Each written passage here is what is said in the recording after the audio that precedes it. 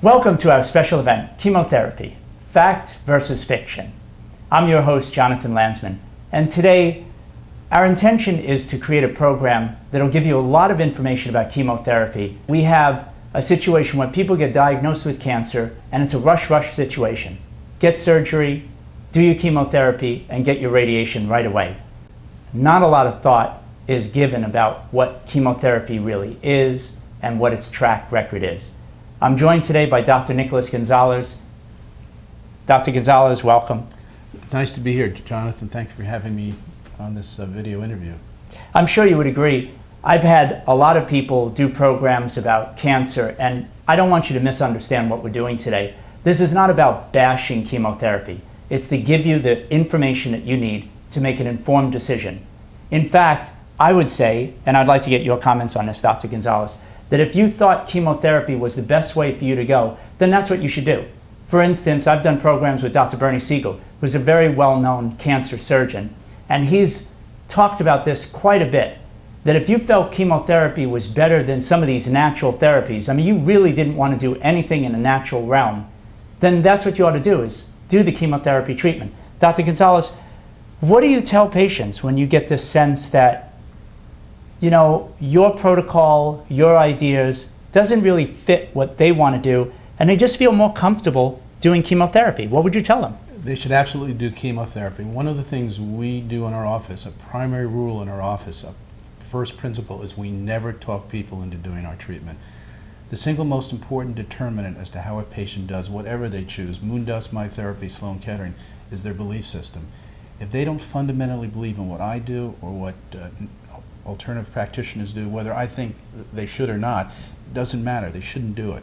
If they don't believe in it, if they believe Sloan Kettering has the answer, MD Anderson has the answer, Massachusetts General Hospital has the answer, that's where they should be. I've actually had patients in my office that were pushed there by family members, well-intentioned family members, well-intentioned friends, their postman, their health food store owner, when they really wanted to be at Sloan Kettering. And you know, I've been doing this for 26 years. I picked that up right away. And I'd very gently say, you know, you sure you want to be here?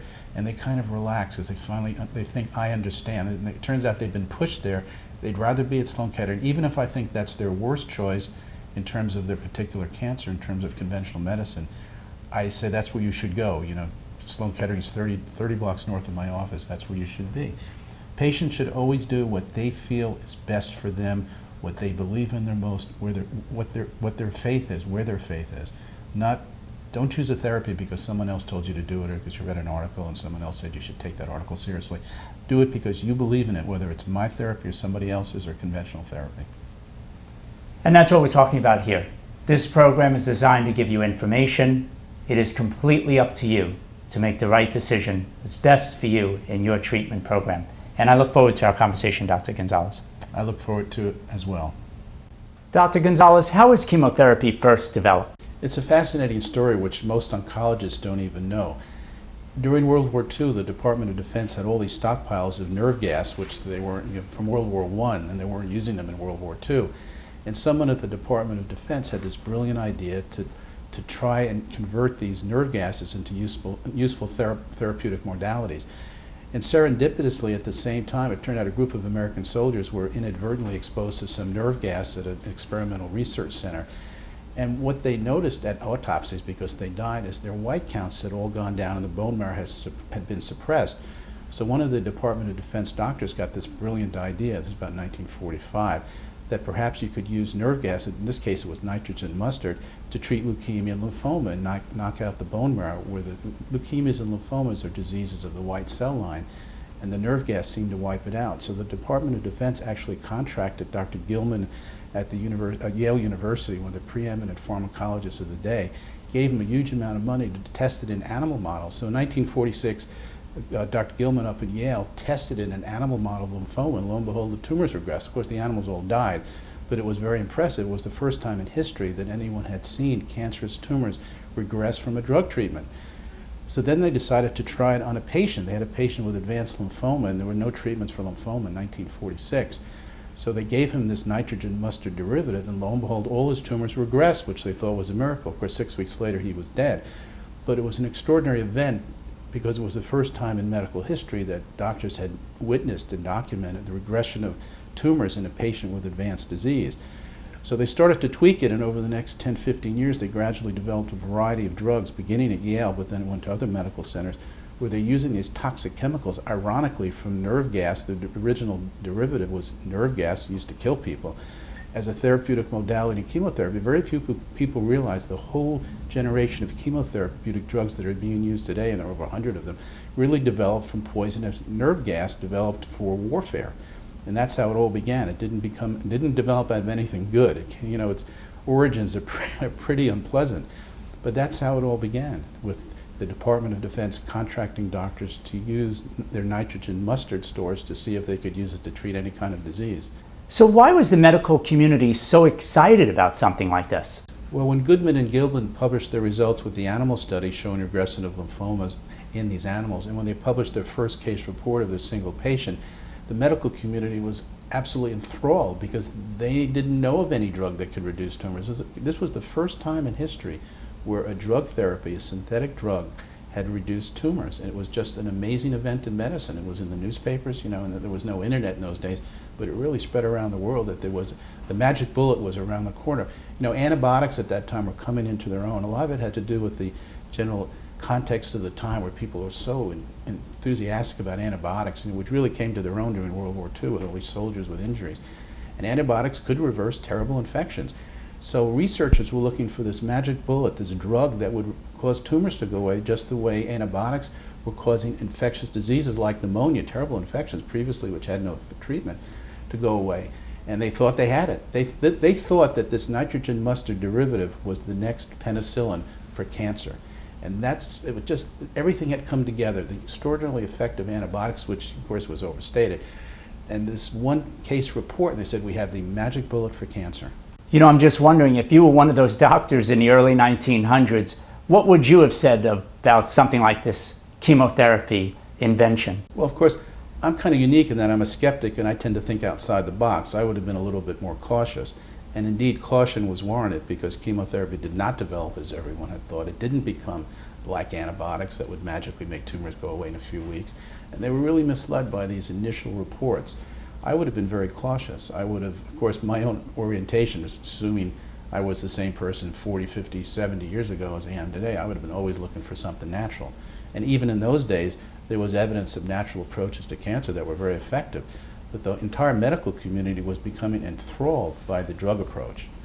So I would have been cautious. I would have been a little bit skeptical. In science, skepticism can be beneficial. You don't rush to be the first person to accept a new therapy. You don't want to be the last person also to accept a good therapy.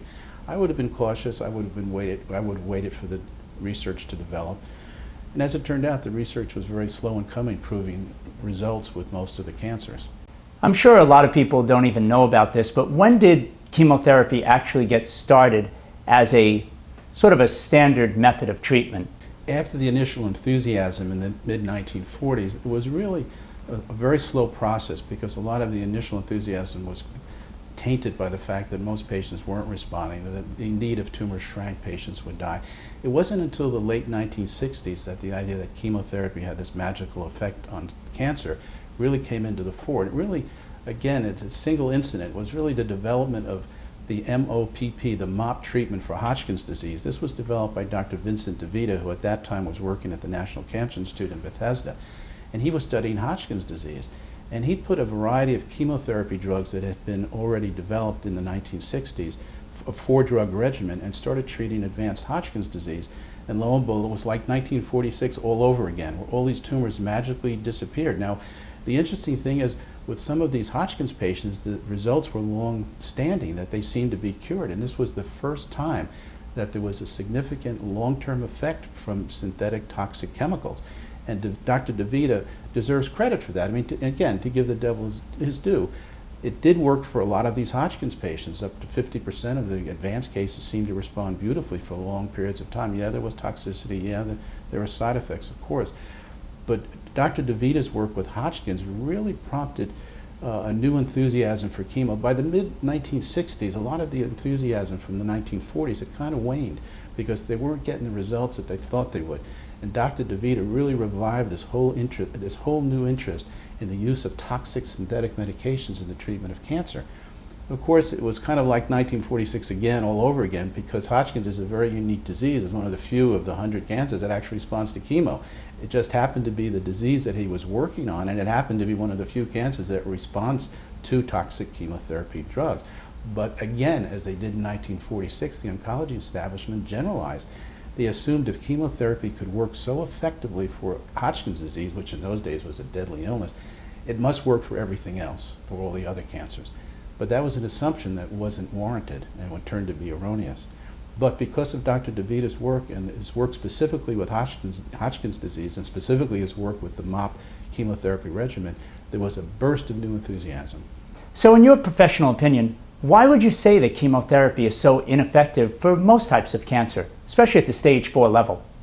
There are over 100 different types of cancer, depending on which textbook you consult, and the great majority of them do not respond to chemotherapy. As it turns out, the cancers that respond to chemo are generally the blood-related cancers like leukemia and lymphoma. They're not that common compared to the major cancer killers. The major cancer killers like lung, colon, prostate, pancreatic, breast cancer do not respond to chemotherapy. The typical solid tumors, tumors of the breast, lungs, stomach, colon, pancreas, liver, uterus, ovaries, prostate, do not respond generally to chemotherapy. It's the rare cancers, like Hodgkin's is a very rare cancer. Lymphomas are not that common. Leukemias, rare cancers. They tend to respond to chemotherapy very nicely, and there's an interesting reason why. There are all kinds of theories about why chemo works when it does work and why it doesn't work when it doesn't, but actually chemotherapy, as the 1946 study showed, kind of wipes out the bone marrow. And leukemias and lymphomas and multiple myeloma, the cancers that do respond to chemo, are diseases of the bone marrow. So with toxic chemo, you're actually knocking out the bone marrow. So of course these diseases will regress. But the other solid tumors, the major cancer killers, like tumors of the breast, lung, etc., they're not bone marrow cancers. So you can wipe out the bone marrow and the cancer's still going to grow because they don't derive from bone marrow stem cells. So for the great majority of the major cancer killers, chemotherapy is ineffective. You know, Dr. Gonzalez, I've been in this industry for a long time, and we hear this over and over played in the mainstream media that we're winning the war on cancer. What would you say about something like this? I guess people who say that must have a different definition of war and winning, certainly not the definitions I would use, unless it's like the 100 Years' War they're talking about from history. We're not really winning the war on cancer. The major cancer killers, as I mentioned, like tumors of the lung, which kills over 200,000 people a year, tumors of the breast, that kill 45,000 women a year, pancreatic cancer kills 45,000 people a year, colon cancer, it kills 50,000 people a year, prostate, 50,000. For these cancers, chemotherapy is not effective, and the therapies that are used today are really no more effective than therapies used 30 years ago. In fact, there are scientists who've studied cancer statistics, and they say the majority of patients that are cured today are the same patients that would have been cured 50 years ago by surgery when the tumor was found early, like in the colon of the breast, and they take it out. But for metastatic disease, the major cancer killers, again, the therapies they have, even though they're getting very expensive and very sophisticated, and the targeted therapies, you know, attacking specific biochemical patterns in the cells, they still don't prolong survival very much. So there really hasn't been much improvement in the survival of patients with metastatic solid tumor cancers. It just hasn't changed much. There's a lot of publicity. And I don't know how you can consider the war being won or winning the war when 600,000 people in America alone die of cancer each year. And it's not really improved very much. And the 5-year survivals have not improved that much. And there are statisticians like Dr. John Baylor, who worked at the NCI for 25 years, who said a lot of the so-called improvements in cancer actually fudge statistics. Because of the great improvement in diagnostic techniques like CAT scans, MRIs, and PET scans, cancer is being diagnosed at an earlier stage. But when you actually look at the math, they're still dying at the same time. It just looks like they've survived longer because they were diagnosed earlier. Because, you know, 50 years ago, they didn't have CAT scans and MRIs and PET scans. So he feels a lot of the so-called improvements in cancer survival, when they're claimed, are just statistical manipulations. I mean, there are some improvement in some cancers, like with chronic myelocytic leukemia. There's a targeted therapy, Gleevec, which does prolong life. But for the major cancer killers, all the billions of dollars invested in research and all the publicity, the American Cancer Society fundraising programs have not led to any major great advancements, except for the same few cancers, leukemias and lymphomas, myelomas, testicular cancer, that respond to chemo.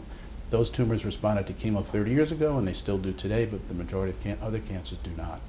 This brings us to probably the most important part of the program, Dr. Gonzalez. A lot of people don't hear about what the real side effects are to a lot of these chemotherapy agents based on the type of cancer they have. Can you talk to us a little bit about that? All chemotherapy drugs, whether they're standard chemotherapy, targeted therapy, hormonal blockade as used in prostate or breast cancer, have terrible side effects. This has been well documented. There is no drug used to treat cancer that doesn't have serious side effects. Often the side effects are bone marrow suppression. Again, this goes back to what we were talking about earlier. One reason they work with leukemias and lymphomas and myelomas is they suppress the bone marrow. Well, that's not good if you've got breast cancer or colon cancer and the bone marrow gets wiped out. You have no platelets. You can bleed to death. You can die of terrible anemia. So doctors have had to develop a whole line of drugs like Neupogen and Epogen to stimulate the bone marrow to start producing white cells and red cells, because you can die without those things. One of the problems with chemotherapy agents, when they wipe out the bone marrow, they wipe out your white cells, which are the cells that help you fight infectious disease. So cancer patients are notoriously prone to things like pneumonia and skin infections and rectal abscesses and all these terrible infections that can kill them, brain abscesses, because their white cells are dysfunctional. They've been wiped out by the chemo. So you have to watch these patients very carefully. Each drug has a specific list of side effects. Certain drugs like Cytoxan can affect the kidney. Methotrexate can affect the kidney. Adriamycin and the adriamycin derivatives, which are used to treat breast cancer routinely, affect the heart. People die from heart failure from adriamycin. They're called the anthracycline derivatives. They can damage the heart and kill people. So all these drugs have serious side effects. Methotrexate, which is commonly used to treat a lot of different types of cancer, affects the liver. Most of these drugs not only affect the bone marrow, but affect the liver. So you can end up with liver failure, which I've seen in patients who had chemo before they came to see me. They're in liver failure, kidney failure. They can get these serious side effects. Targeted therapies, which have been really promoted heavily, also have a lot of side effects. Avastin, which is an angiogenesis inhibitor, was heralded as the new magical cure. Well, first, it's not a magical cure for anything. But what they learned, patients could bleed out. You know, it prevents new blood cell formation, but it also has the effect that it interferes with bleeding, so patients can bleed, and they can die of bleeding from Avastin. So there are side effects like this. Each drug has a particular history of side effects, but they all have side effects, and very commonly they suppress the bone marrow, affect the liver, affect the kidneys, can affect bleeding, can affect thinking. One of the interesting syndromes is called chemo brain, which was first detected in women who were getting aggressive chemo for the treatment of breast cancer. And these women would complain that their cognitive function was diminished. They couldn't think, their memory was down, they couldn't remember names, and of course the oncologists would laugh and say, oh, it's just stress, go on Valium or something. Well, it turned out this is a real syndrome where the chemo actually affects the neurological function of the brain and affects their cognitive ability. And it's very serious. I treat hundreds of patients with breast cancer, and many of them have had aggressive chemo before they came to see me, and virtually all of them complain to some extent of cognitive deficits. Fortunately, with good nutrition, those deficits can repair. Now, you asked an interesting question about what can be done if you're going to get chemo to protect against the side effects. Well, traditionally, even to this day, oncologists believe that nutrition is the enemy of chemotherapy, and they routinely recommend their patients not take any supplements, particularly not take the antioxidants. The mythology, and it is mythology, it's not based in science, is that antioxidants like selenium and vitamin E and vitamin C will block the effect of chemo and radiation. But actually, when you look at the original scientific literature, the exact opposite is true. Dr. Charles Simone at Princeton, New Jersey, has written a series of papers discussing that. He's actually scoured the literature and is probably the world's expert on the effect of antioxidants on chemo and radiation. The radiation oncologists believe the same thing, that antioxidants will block the effect of radiation. They believe that radiation works because it creates free radicals around the tumor, and antioxidants block free radicals, so they say antioxidants are the enemy of radiation. Turns out the opposite's true when you look at the scientific literature. It's always a good idea as a physician or scientist not to believe what you heard at a conference or what you heard from a friend who heard it from a friend who made it up. It's to actually go to the scientific literature, because you can learn a lot. And what Simone did is he reviewed hundreds of papers. Lo and behold, chemotherapy and radiation are not blocked by antioxidants, but actually their effect is greater and the side effects are less. People don't lose their hair, they don't go into kidney failure, they don't have bone marrow suppression. That the antioxidants not only help the chemotherapy work better and the radiation work better in terms of attacking the cancer directly, but block the terrible side effects. So all cancers should be on a very aggressive supplement nutritional program, but this will never get into the mainstream world the way oncologists currently think, because we hear this all the time. You can't take antioxidants, you can't take supplements, or you're getting chemo and radiation, it will knock it out, but that's not true. And Simone has published articles on this. Anyone who doubts that should go to the internet and look up Dr. Charles Simone. People probably have heard that one of the main side effects of using chemotherapy is it actually causes cancer. But can you explain how that actually happens? Many chemotherapeutic drugs are actually carcinogenic, and these are very toxic molecules. And a lot of the molecular biology, the way they work, has been worked out. Now, many chemotherapy drugs actually damage the DNA in cancer cells, which is how they kill the cancer cells. For example, there's a whole category of chemo drugs called alkylating agents, which damage the DNA of the cancer cells. Well, yeah, they do it in the cancer cells, but they will also do it to normal cells as well. They cause genetic mutations in normal tissue that can prove to be carcinogenic. The group at Stanford has been following patients so-called cured of Hodgkin's disease with aggressive chemo and radiation. They've studied over 1,200 patients over the last 25, 20 years. And what they've learned is that although these patients may be cured by the aggressive chemo and or radiation together, that up to 20 to 25% of them are developing secondary cancers, sometimes a couple years up to 20 years later, caused by the original chemo and radiation. You know, it's wonderful that patients with Hodgkin's disease can have an effect from chemo, again, to give the devil its due, and from radiation, but they're not without downside, and the downside often doesn't show up for many years. So the Stanford group is actually collecting, to their credit, a whole group of patient statistics on the so-called cures of Hodgkin's disease who develop secondary cancers. And usually the secondary cancers are extremely aggressive and treatment resistant, and these patients die very quickly. So it's been documented and proven in the conventional medical literature that these drugs do produce cancer and extremely aggressive types of cancer. Dr. Gonzalez, you were trained conventionally to treat cancer patients. What made you change that way of taking care of people? Yeah, that's an interesting story. And my road in medicine certainly wasn't straightforward. As you know, I was a journalist before I went to medical school, and actually started doing a series of articles on medicine and cancer research, and got very interested in medical research, got to meet people unconventional like Linus Pauling, as well as conventional researchers, and decided I want to change careers and go into medical research, particularly cancer research. I had to do my pre-med work as a postgraduate student at Columbia, then got accepted to medical schools, and chose to go to Cornell because it was associated with Sloan Kettering here in Manhattan. And I wanted to spend the rest of my life in basic science research at Sloan Kettering. And as a second-year medical student at Cornell, Robert Good, at the time president of Sloan Kettering, kind of adopted me into his research group as his mascot, kind of. You know, I was the young guy in the group, and he had all these highfalutin scientists working with him. But he kind of nurtured my career and spent a lot of time with me. And at the end of my second year of medical school, I had the opportunity to meet Dr. William Kelly, who was the eccentric dentist who developed this very aggressive nutritional enzyme detox program to treat cancer. And through one of my journalist contacts, I had a meeting with him because she was interested in doing a book on him. And I realized within 5 minutes of meeting him, even though what he did was so foreign to my conventional training, that he seemed to be very sincere and onto something. And I met with Dr. Good to talk about my meeting with Kelly, and he said, you know, this would make a great student project. Why don't you start going through Kelly's records? He said, even if it turns out to be a fraud and a charlatan, you'll learn a lot of medicine by doing a research study of your own devising. So the summer after my second year of medical school, I spent about 6 weeks going through Kelly's records and found case after case of appropriately diagnosed, biopsy-proven terrible cancer diagnosed at major institutions like metastatic pancreatic, metastatic breast, metastatic colon, who were alive 5 and 10 years later. And Kelly opened all those files to me. His successes, I really admired Kelly. Everything good and bad you hear about Kelly's true, but he was, in those days, he was really determined to have his work properly evaluated. Opened up all his records, didn't hide anything, allowed me to contact his patients that were happy to tell their stories. And at the end of that summer, 1981, Dr. Good said, well, we had a meeting, and I showed him all these records that I put together from Dr. Kelly's files. At that point, Kelly lived in Dallas, Texas, and I brought him copies of the records back to New York. And Dr. Good said, why don't you just take this and run with it and do this as a formal study?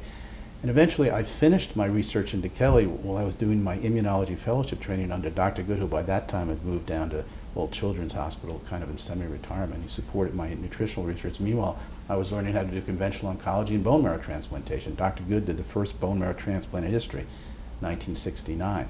And he taught me how to do bone marrow transplants, which is about as conventional oncology as you could imagine. And meanwhile, I'm doing that, my conventional training. Also, Good was supporting me in doing this nutritional research into this eccentric alternative practitioner, Dr. Kelly. And back in those days, in the mid-1980s, you know, if you mentioned nutrition and cancer in the same sentence, it was tantamount to a felony. You know, no one did it. You know, now there's a little bit more open-mindedness, although as the battles continue. But Dr. Good supported me for 5 years doing this study and put together a monograph, 500 pages long, where I discussed my investigation of Kelly, including 50 case reports of appropriately diagnosed patients with terrible cancer, including pancreatic, colon, metastatic breast, who had survived and done well, had tumor regression under his care. Initially we couldn't get it published, as you know, back in the 1980s, because no one could believe that an alternative therapy, nutritional therapy, could reverse cancer. Finally, in 2010, we published it, rewritten, updated with an introduction. But that's how it started, just a serendipitous meeting with Dr. Kelly, where I had to change my whole career from wanting to spend my life at Sloan Kettering. In fact, after I finished my training with Dr. Good, one of my professors at Cornell, two separate occasions, he worked at Sloan Kettering, but he was a professor at Cornell, offered me a job at Sloan Kettering twice. And I turned him down because I would have had to give up my unconventional research, and that's when I came to New York and opened my practice. So I had to turn down 2 jobs at Sloan Kettering, which should have assured a very comfortable, very nice, prestigious career without the political battles alternative therapists have to fight all the time because no one accepts their work. So I had to make a major career decisions, but when you're dealing with something that seems to be beneficial, if you're a true scientist, you don't turn back, you just go with it. And that's a decision I had to make.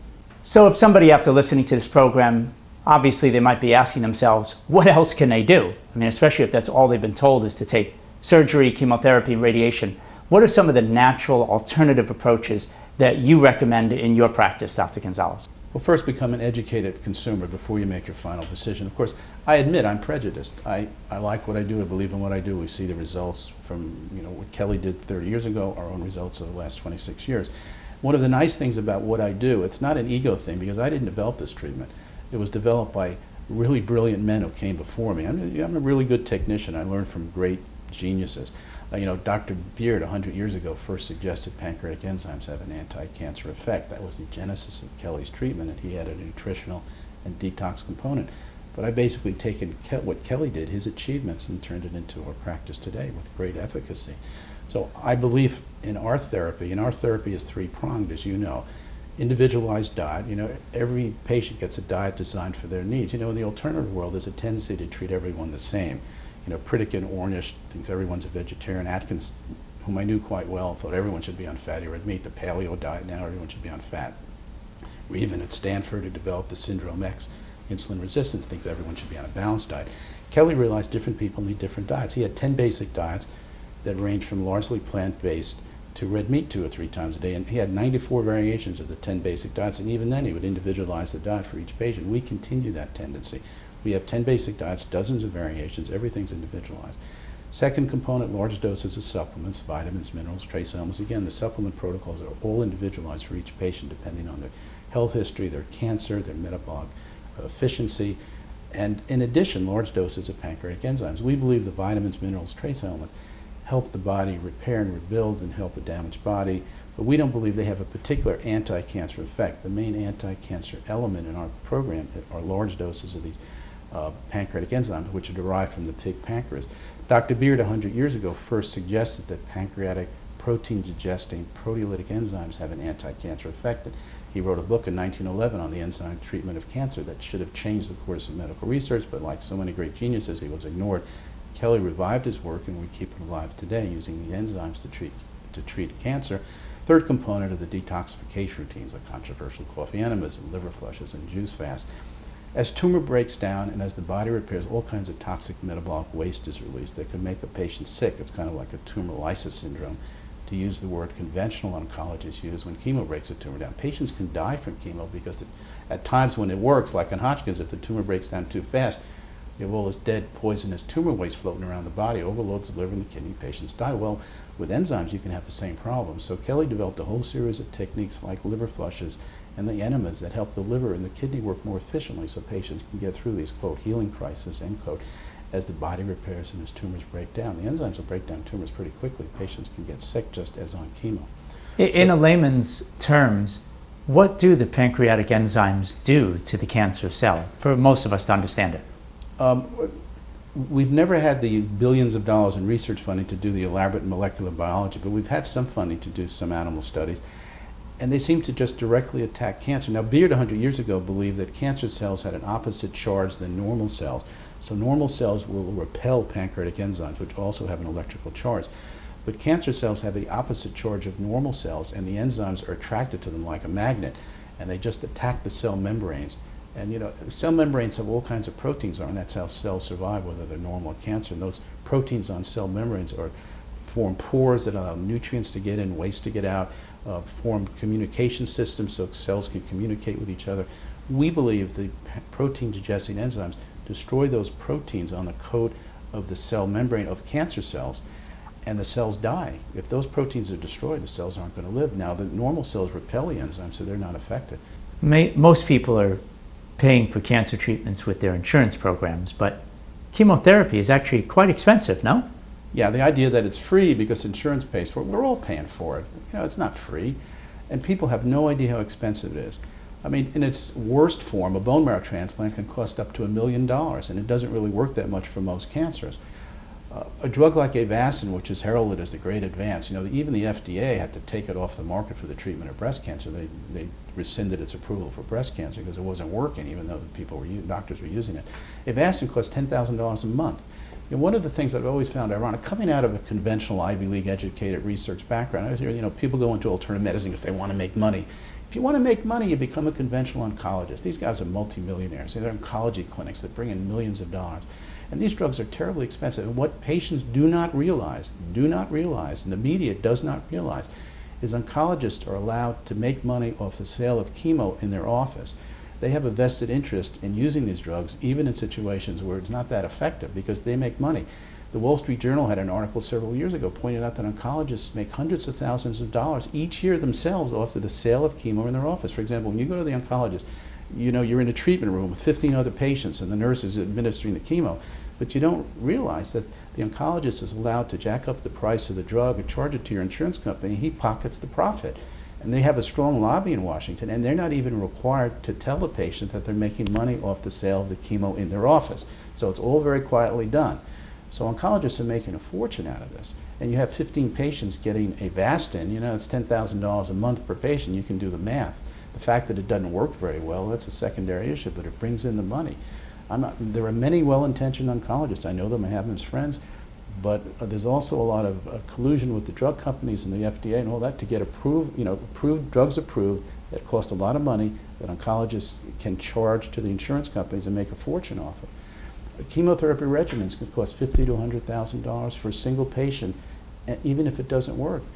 So there are treatments for pancreatic cancer, chemo treatments that are not effective. It costs $50,000 to $70,000. A Whipple procedure is the aggressive surgery for pancreatic cancer. Very few patients really are appropriate for that, and even the group that it's appropriate, only about 25% of the people that undergo a Whipple have any kind of long-term survival. 75% die pretty quickly. Medicare allows a surgeon doing a Whipple $31,000 for just that surgical procedure, and that doesn't include the cost of the anesthesiologist and the nurses and the hospital stay and the food and the intravenous. That's just the doctor's fee, $31,000 that they pocket. It takes 2 or 3 hours. You do one a day, you do the math, you're making $150,000 a week. And a lot of doctors out there in the community hospitals are doing Whipples, and it doesn't work for most patients, and patients have no idea what the cost is. Medicare, which is known to be cheap, they're allowing $31,000 for a few hours of surgery. That doesn't work very well. So the cost of cancer therapy is enormous. It's estimated that chemo may be bringing up to $100 billion a year in the U.S. alone in terms of gross income. $100 billion a year the costs. That's a lot of money. So I know this is a tough question to answer, but a lot of people want to know, what are your results in your medical practice? I guarantee if we weren't getting good results, I wouldn't be doing this. I work long hours, stressful work, dealing with advanced cancer patients. If we weren't getting most of them well, I'd be doing something else. We're currently doing a book of 120 cases, actually be 2 volumes, case reports of our own patients. We thought for some reason 120 seemed like a good solid number of our own patients with the records to prove, and we'll protect the confidentiality, of course, and that will get the information out there. As you know, we've done clinical studies, we've had money to do animal studies. The well-done phase 2 pilot study that was published in 1999 with patients with advanced pancreatic cancer showed the best results in the history of medicine. Then we had the NCI study that was undermined and that those results are meaningless. But we have patients with pancreatic cancer, for example, who've been with us 10, 15 years. Just yesterday, I talked to a wonderful Kelly patient. She was diagnosed in 1982, Appleton, Wisconsin. She had metastatic pancreatic cancer. They thought she had gallbladder disease, so they opened her up thinking they could take out the gallbladder. Lo and behold, she had a tumor in the pancreas, tumor in the liver. They biopsied the liver lesion. It was very aggressive pancreatic cancer, metastasized to the liver, closed her up. She went up to the Mayo Clinic where she met with an oncologist who was very honest and said chemo is going to be worthless in 1982. He said, just enjoy your time. That saved her life because when Mayo said they couldn't treat her, she started looking into alternatives, learned about Dr. Kelly, went on the Kelly program, Make a long story short, 31 years later, she's alive and well. Now, she's never had another CAT scan done because she didn't want to see conventional doctors or have conventional tests. But I know of no patient in the history of medicine, and I've scoured the literature, diagnosed with stage 4 pancreatic cancer, confirmed at the Mayo Clinic, alive 31 years later. In the Gemzar clinical studies of pancreatic cancer in 1998, out of 126 patients, not a single patient lived longer than 19 months, and that was considered a great advance. So Gemzar was approved for the treatment of pancreatic cancer, even though no one lived longer than 19 months. I mean, isn't it true, conventionally speaking, they think it's such a great success if average treatments are 6 or 9 or 15 months. If they go one more month, it's like they go crazy, right? In the Gemzar study, the previous chemo had an average survival of 4.5 months, and Gemzar had an average survival of 5.5 months. So a 1 month improvement in survival led to FDA approval, and it's now a billion-dollar industry based on 1 month improvement in survival, coupled with some minor improvement in quality of life. And here's a patient with stage 4 pancreatic cancer, alive 31 years later. I have a patient with pancreatic cancer, was diagnosed in January of 2001, 12 years ago. Stage 4, operated on at Washington Hospital in St. Louis, one of the great teaching centers in America. They thought he had gallbladder disease again, or hiatal hernia. They opened him up. 50% of his liver was involved with cancer. He had a 6-centimeter tumor in his pancreas. Biopsied the liver lesion, was a very aggressive, poorly differentiated pancreatic cancer.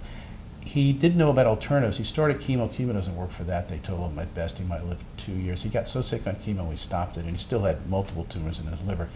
Came to see me, and within about a year and a half, all his liver tumors were gone. And I spoke to him recently. He's alive, over 12 years. He started with me in May 2001. Over 12 years ago with stage 4 pancreatic cancer. All his cancer regressed just on our treatment. So there's an example of somebody with terrible disease. I know of no patient with a disease like that, with that extent of cancer, biopsy proven in a major academic teaching center, alive 12 years later with total regression of the disease on our therapy. So we have many patients like that, and we finally decided, we're on our own. We can't expect the government regulatory authorities to help us get the word out. So we're doing it ourselves. We're doing 120 cases of patients like these with terrible cancer, appropriately diagnosed, biopsy proven at major institutions, with regression of disease and long-term survival. I've been doing this 26 years. I have patients been with me 25, 26 years now. But I know you're the first one to admit this kind of protocol that you've been describing in this program and all the other great information you've been giving us, it's not for everybody to do your treatment plan. What do you say to those people? Absolutely, it's not for everybody. I agree 100%. It's maybe for a small population of people. It should be available to the people who want it. But yes, this requires that patients take responsibility for their own health. They're doing the therapy at home. Chemotherapy is very passive. You go to the oncologist's office, the nurse sits you in the chair, gives you some ice cream or chocolate bar, and they have candy everywhere. You put out your arm, you get the IV, and you sit there watching TV, chatting to the other patients getting chemo. It's very passive. They don't tell you to change your diet. They don't. In fact, they tell you to eat junk food to keep your calories up. Our therapy is completely different. You have to change your lifestyle, eat organically, whatever the diet is. You have to eat organically, follow the regimen exactly as prescribed, take 200 capsules of supplements a day through the day, in the middle of the night, do the coffee enemas and all of those things. So it takes a patient who's going to be really devoted, dedicated, and has no problem with compliance. That's why faith is so important. If you don't believe in this, you're not going to do the work. You really have to believe that this is what you need to do to get well. And we've noticed, the patients that do the best are the ones that come in with this positive attitude, even though they have terrible cancer, that this is what they want to do, this is what they're going to do, and they follow the program. A lot of patients aren't going to have that discipline. We have patients call us. Will you treat us? It turns out they're smoking and they're drinking. And the answer is no. If you're smoking, if you can't give up smoking, how are you going to do my therapy? You don't have the discipline. They don't belong here. They belong with Sloan Kettering. So it isn't for everybody. We acknowledge that. And if patients want to do chemo, as we talked earlier, that's what they should do. If they want to do radiation, they should go do that. This is for people who really have an orientation toward good nutrition, understand its importance, and that it really resonates with them. And this is what they're going to do. And if they're going to comply with it, and those are the ones that always do the best. I don't know what else to say except thank you very much, Dr. Gonzalez. Thank you. Always great to talk to you. Yeah, it's great. And I hope you agree. This was a lot of great information. Please watch this as many times as you like. I hope you also get a chance to show this to your family and friends, those that want to listen to this. And thanks again for joining us. We'll talk to you soon. Take care.